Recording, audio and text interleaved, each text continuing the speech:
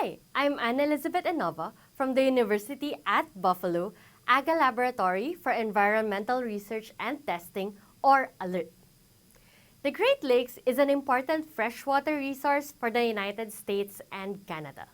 Millions of people rely on it for drinking water, food, and recreation.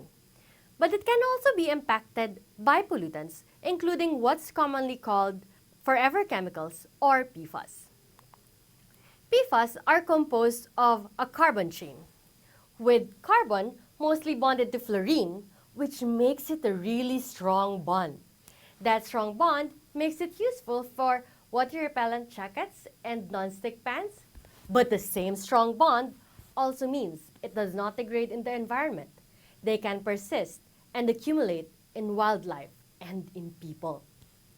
That is why we wanted to know how PFAS concentration and distribution change in water, biota, and sediment.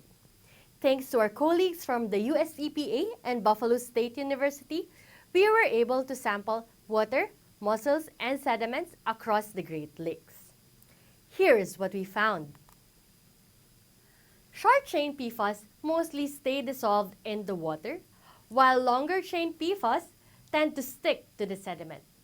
Mussels mostly accumulate an 8-carbon chain legacy PFAS compound called PFOS. We then combined our PFAS concentrations and mussel biomass data to estimate the total PFAS load in the mussels of the whole of each lake. And we found that Michigan would have the highest load because of its high mussel biomass, high PFAS concentration, and large surface area.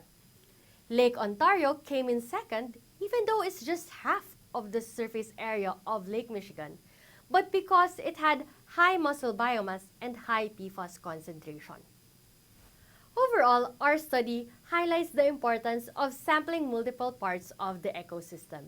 By sampling water, sediment, and biota, we get a clearer picture of how PFAS move, accumulate, and what that means for the health of our Great Lakes.